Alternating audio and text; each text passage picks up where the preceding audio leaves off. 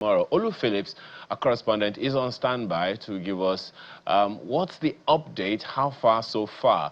Hello, Olu. How far so far? Hey, Ayo, and good morning to you. Good morning to you, Marokwe. I don't know why you decided to, Marokwe, I'm going to toss this over to you. I don't know why you started by talking about the integrity of the infrastructures, because whilst we moved around, our cameras have captured what looked like either a defect or an engineering failure on the bridge that is being commissioned, and that has to do with the rail. Of course, the railings for this bridge is concrete, and we know why. Lagos is not a place where any rails, aluminum rails or iron rails, have survived. They've all been stolen either in broad daylight or in the nights, where nobody has stopped them. And you also want to talk about the street lights today, which are already now all being retrofitted to be solar, because all of the street lights in Lagos have had all their cables vandalized. And the interesting part is that these things are not in the villages, they are in the city centers. How they manage to vandalize them and cut them away without any kind of apprehension is the issue. So, but let's come back to what the president is in Lagos to do. The first 3 assignments for the president this morning is a busy day for him, and I do not envy him. He's going to come to mainland. He should, if not for the restrictions that we have seen, he might just be able to get a grasp of what an everyday Lagosian goes through, resident goes through in terms of traffic, in terms of navigating their way, in terms of infrastructure, some of them not supporting the cosmopolitan nature of, so to speak, or ambition of the state. So we are the Sheraton end, which is just slightly off the Mobolaji Bank Anthony area.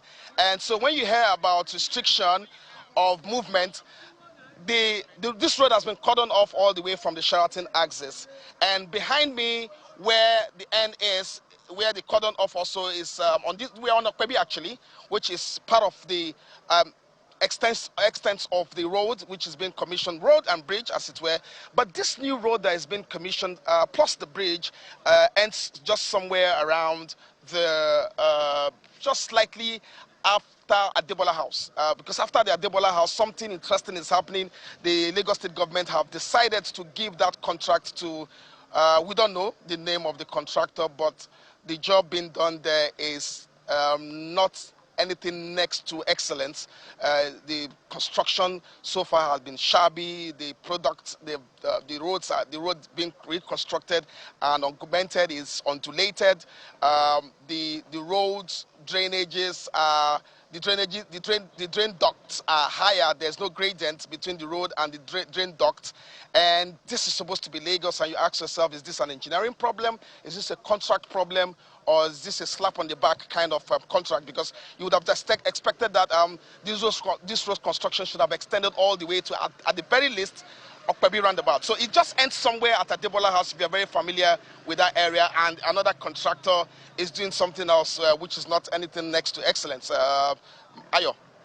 Well, I think I also remember, and you may want to confirm if you have the information, that the state government is going to keep this bridge open for maybe about 2 months, then shut it down to complete the work. At least maybe just for people to have something, you know, to do about that subsequently. You may want to react to that. However, one of the concerns that people have had over time is what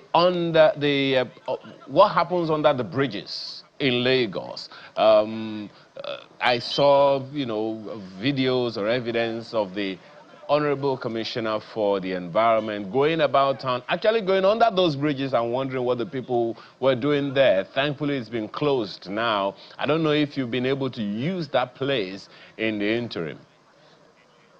Yeah, we did drive through the, we did go there under the bridge because I suspected that whilst every attention will be on the bridge, let's look at what's happening under the bridge. It's when we drove under the bridge that we did realize that some parts of the bridge, newly constructed bridge, that the president of the Federal Republic of Nigeria, the president of the most populous black nation, will be commissioning a bridge that is not complete, that has some defects, as it were, on the shoulders. So I don't know why that's happening. I don't know the hurry, but people should do their job and do it excellently well, and don't wonder why people go under the bridges. Come on, the bridges in Lagos are for either parks or for haulage vehicles or markets. You can't stop this. We've seen that there's been some kind of discipline before now in previous administrations, but come on, today we see all the last men officials and chaperons all over the place. After now, you don't know where they disappear into. All of the bus stops, all of the laybacks do not function because motorists and yellow buses just do what they want to do and cause traffic, especially during rush hour. And they just seem like they just receive a pat on the back because nobody stops them from not dropping off or picking up vehicles, picking up passengers on the highway. So we will just hope that this kind of sanity can be experienced, becomes an everyday experience, and not just when the president is coming to any parts of Nigeria. I don't know why it's always like that, but we need to grow. I think so. I say amen to that, and I know Markwe has a question or two for you as well, but tell me... I'm dying to hear you. Just tell me, how people are unclear about what specific roads are going to be affected. We've heard that people around Opebi, Allen, around Ojota should be cautious of, use alternative roads if the need comes to it. Is it in any way likely to affect the Ikorodu road? That's a major arterial road in the state. Ayo, you live in Lagos. I mean, you know how it is that most Lagos roads are connected in such way that when there's a clog somewhere, it tails back all the way. Now, so I can tell you, like I said earlier, where we are right now is one of the ends of Opebi Road, very close to the Sheraton end, right? It's completely unused. You can't use it. So if you're Mobolaji Bank Anthony and you're coming to Ikeja, you can come in through the Sheraton end, which is the back of Sheraton, into Opebi, right? My cameraman is panning into that. And all the way behind me, both sides of the road is not in use. So all of the businesses on Opebi today, we just have to bear and see maybe the motorcade of the president, maybe wave to him at some point. They've not seen perhaps they've not seen the president in a long while, but that's what's going to be happening. You can see the number of police vehicles: 1, 2, 3, 4, 5, 6, 7, 8, 9, 10, 11, 12, 13, 14 patrol vehicles.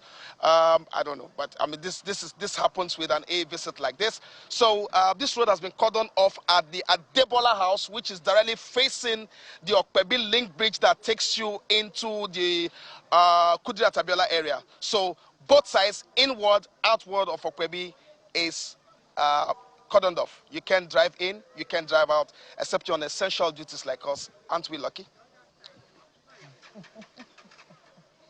Well, Lulu, it's good to see you in my neck of the woods. I mean, that neck of the woods is where which is why I say I want to hear from you, because it's been cordoned off around your area, your former area. Well, I would have had a pass, as you just said. I'll be on essential duty. Sure, you can call. But I'm very concerned because, we have had some excitement about that bridge linking from Opebi to, is it Mende now, Maryland, that linking towards Ojota. We've been quite excited about it. But I'm very concerned to hear you say that it does appear that there could be some defect on that bridge.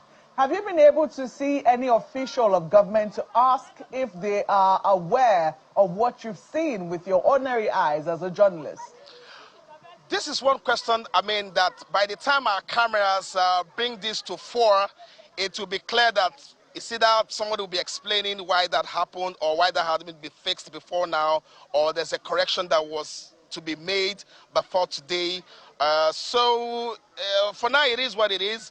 Every official that you can think about who might be granting such responses are not here on ground. What we have seen more is the traffic chaperone, the event planners, the music people, and the television houses trying to set up their live coverages and all of that, and ancillary workers.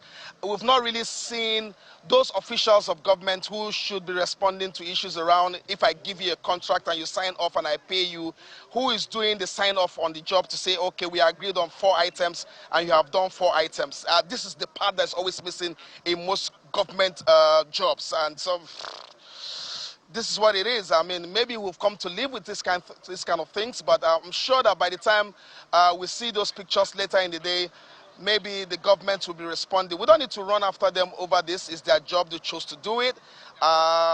Some engineers in the government circle should be signing off on projects like this. We should see who did that through the job titles and all of that. So these are the way things are done elsewhere and everywhere in the world. And if it's not happening in Nigeria, it's just a matter of just asking why, which we'll continue to do here on Channels Television, bringing these people to bear in terms of what they should be doing.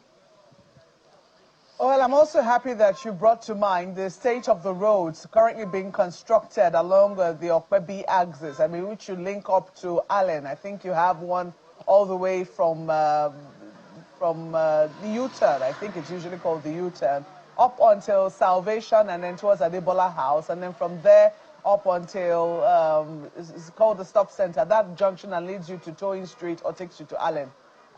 Some work is being done there, and you have said the work that, from what you can see with your journalistic eyes, looks less than excellent. I'm also hoping that we'll also be getting some response, from government officials on that. So please do track them up for us. But there will be questions around what usually happens under the bridge.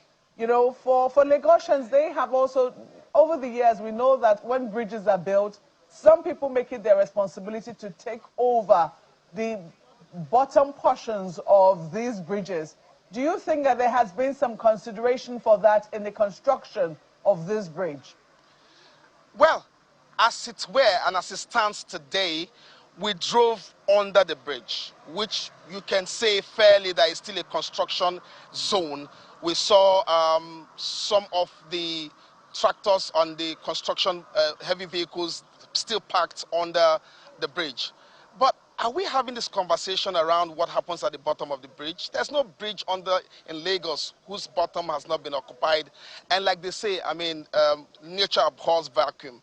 If you do not cordon off these places and make it a deliberate effort to either beautify them, plant flowers, or make it look reasonable, people are going to occupy it. People have occupied the lay-by bus stops that was built by the previous government. They've all damaged, and if they are not going to park vehicles under it, haulage vehicles, some destitutes might just find a reasonable place to call their home there.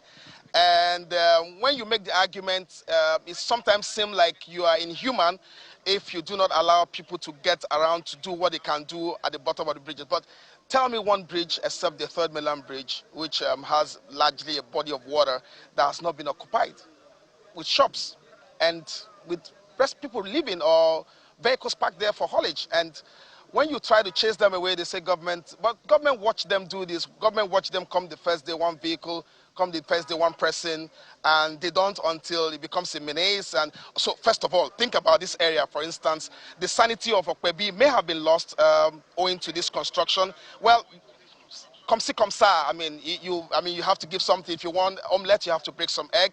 So I want to assume that some of the privacy around the houses, old money, like they say here on Opebi, may have lost that serenity to this construction, because there are street lights here that would suggest that 24 hours a day, 7 days a week, this road will be busy. That's what it is. But government also needs to say, what is the plan B? After opening roads like this, what do we do? Are we going to deploy more people, more chaperone? What do we do to make sure that the caps are... Look, you have bridges in Lagos that have been constructed and culverts that have been constructed, and you have people breaking up the concrete to extract iron from it, iron bars from it. It's all about even the newly Shoki Apapa Expressway. All over the place, they've broken up some of the culverts and taken the iron away. On the highway, I mean, who is doing this and who is stopping it? That's the tale here we have in Lagos. In terms of our culture for preserving what it is that has been built for us. I mean, a lot of work really needs to be done in terms of educating the masses. And the people who do this sort of things, we believe that stricter measures should be done for, should be meted out to people who are caught vandalizing public infrastructure in the name that they want to be able to get one or two things from it. It is becoming very, very worrisome. Well, we thank you for a reporting, Olu. We believe that you will certainly keep us up to speed. Take away the sugar, the ants will be out. We certainly believe that you keep us up to speed with how the traffic situation goes and the response of the people of Lagos to the reception of the president. We have to thank you very much for your reporting. Olu Phillips, our correspondent, our senior correspondent, bringing us up to speed with traffic advisory and what should be expected today with the president's commissioning of the new bridge, the Opebi Mende link bridge in Lagos.